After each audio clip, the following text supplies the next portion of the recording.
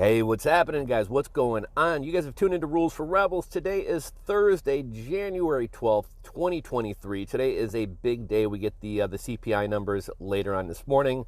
It may take me a couple hours before I can get this video uploaded. I got to go to the gym. I got a little bit of running around to do. So at the time of me making this video, early Thursday morning, we don't have the numbers yet. By the time you guys see this video, they may have come out. But if CPI numbers are lower, if inflation came down last month, markets will likely rally. If inflation went up, markets will likely crater. I saw a funny article from NPR.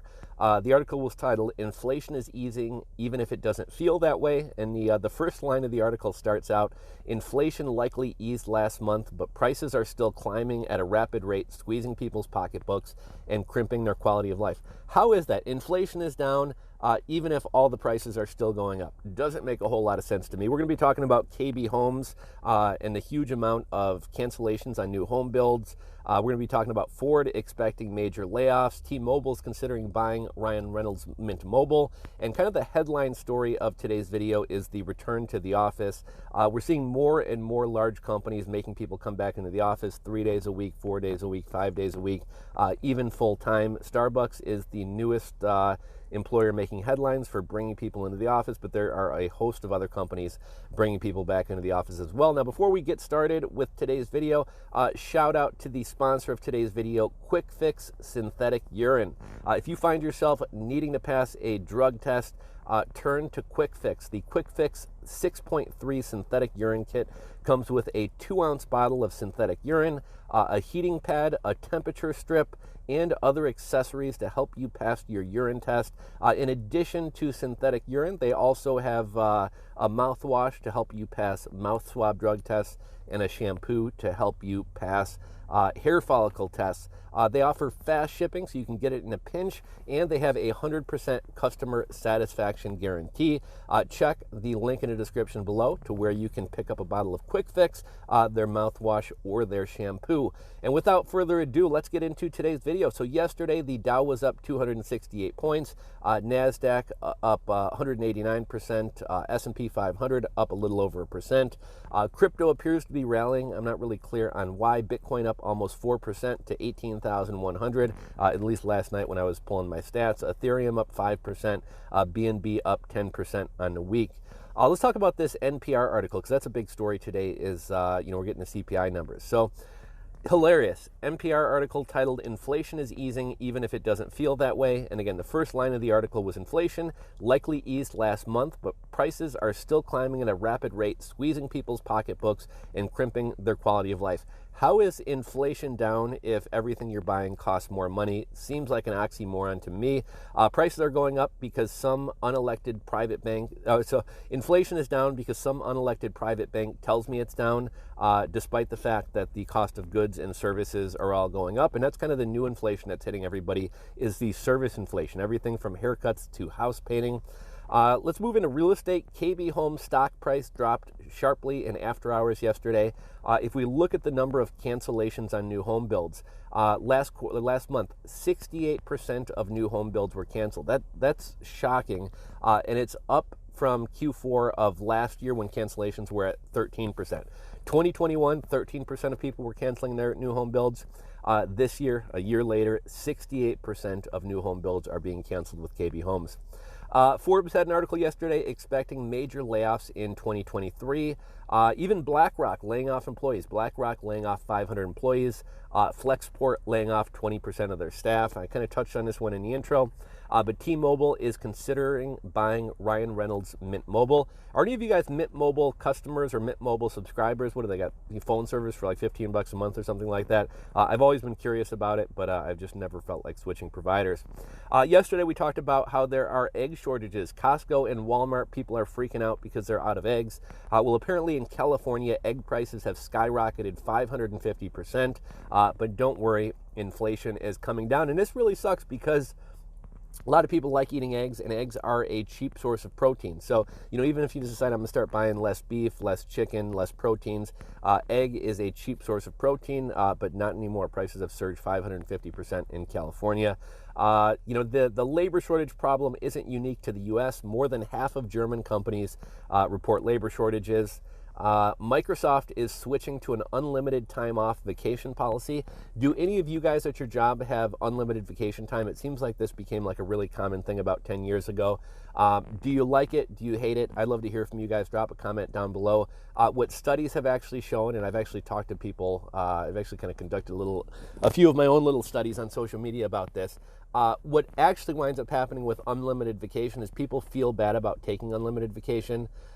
So people tend to take less vacation with unlimited than they do if they were just given 3 weeks off and told, you get 3 weeks of vacation off. If you're told you have 3 weeks of vacation to take off, you're going to take every last day of those 3 weeks. But if you're told you have unlimited vacation time, it's like, how much is appropriate to take? How much do they want me to take? Are they going to get mad at me if I take more? Another thing that tends to happen is because you have quote unquote unlimited vacation, you're kind of expected to work when you're on vacation, as opposed to if you get a fixed amount of time, your time off is kind of viewed as your time off. Again, today we get the CPI numbers later on this morning. A lot of people are thinking that the Fed is going to walk away. They served their purpose by raising rates. Even Jamie Dimon, we talked about yesterday, is saying, the Fed was late to act, but they acted quickly and swiftly. And we could probably pause rate hikes and kind of see how things are going to shake out. It's not going to happen. The Fed has been clear. They will continue raising rates through 2023 and holding above 5% through 2024. Again, if CPI numbers are down, if the numbers come in down, the market will likely rally. Market might be up 1,000 points. If CPI numbers come in bad, markets are going to crash. Now to kind of the headline story, the kind of theme of today's video, the return to the work. 2023 is going to be the year of the rug pull of remote work. Remote work is coming to an end. Starbucks, and here's an interesting thing. So studies have come out on this recently. I don't know how this plays into the whole issue, but I thought it was interesting nonetheless. Democrats prefer remote work, I believe 89%, compared to Republicans 81%. Starbucks seems to be a pretty progressive company, right? Like letting people shoot up in their bathrooms, supporting BLM, kind of all that type of stuff. So if Starbucks, a pretty progressive company, a left-leaning company, is bringing people back into the office, that says something to me. Starbucks tells employees to return to the office 3 days a week. The reason being to, quote unquote, rebuild connections and synchronize efforts. Let's see. So here was kind of the trend of 2022. So in 2022, a lot of companies were kind of loosely telling employees, we want to see you back in the office more. We'd like to see you clocking in or punching in, swiping in, at least a day or two a week. But it wasn't really heavily enforced. It was kind of loose rules. Now, we've talked about this in some other recent videos. A lot of people have been looking at the swipe ins or badge ins of their employees, and they're realizing, most people haven't been into the office in months. They're like, we tried not to come with a heavy foot. We tried to just politely ask everybody to return to the office. Most people aren't returning to the office. They said it's not fair to the people who are complying and are returning to the office. And so Starbucks CEO says, we're serious about this. We're cracking down. We want you in the office 3 days a week. I thought this was an interesting stat. And you see mixed things, right? Like I've seen a lot of studies coming out saying remote workers are 40% more productive. Remote workers work an extra day a week. They're off task less. But a recent study came out that found that 85% of managers did not trust their employees were being productive and working at home. But again, you have other articles that say, productivity is up 30%, employees waste less time. But Starbucks is not the only company. Disney has asked people to return to the office Monday through Thursday. Hybrid now seems to be more the norm than remote work. And I think going forward, I don't think remote work or being fully remote is going to be nearly as common as hybrid. Now, when I think about hybrid, I think maybe you come in the office a couple days a month, maybe you come in the office 2 days a week. But working Monday through Thursday and having Friday off seems more like, less like hybrid and more like just, I don't know, I feel like stuff like that's been done for a long time. I don't feel like that's truly hybrid work. House Republicans passed a bill to return federal workers to offices. So the federal government is trying to bring employees back into the offices. A European grocery store chain by the name of Genter, they're also calling people back into the office. Government employees in Ontario, Canada, are mandating people return to the office 3 days a week.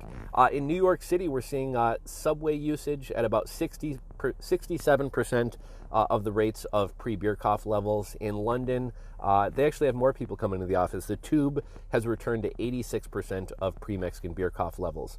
Let's talk about debt. This is kind of a shocking statistic. 46% of people with credit cards carry a balance month to month and pay interest charges, and this is up 36% from last year. Now, a credit card is great, right? You almost have to have a credit card to get by in modern society. If you want to pay for parking, a lot of these parking meters and things like that don't accept cash. You have to have a credit card. You want to book a hotel, you want to book a rental car, you got to have a credit card, right? But a credit card is a tool. You can use a credit card as opposed to letting it use you.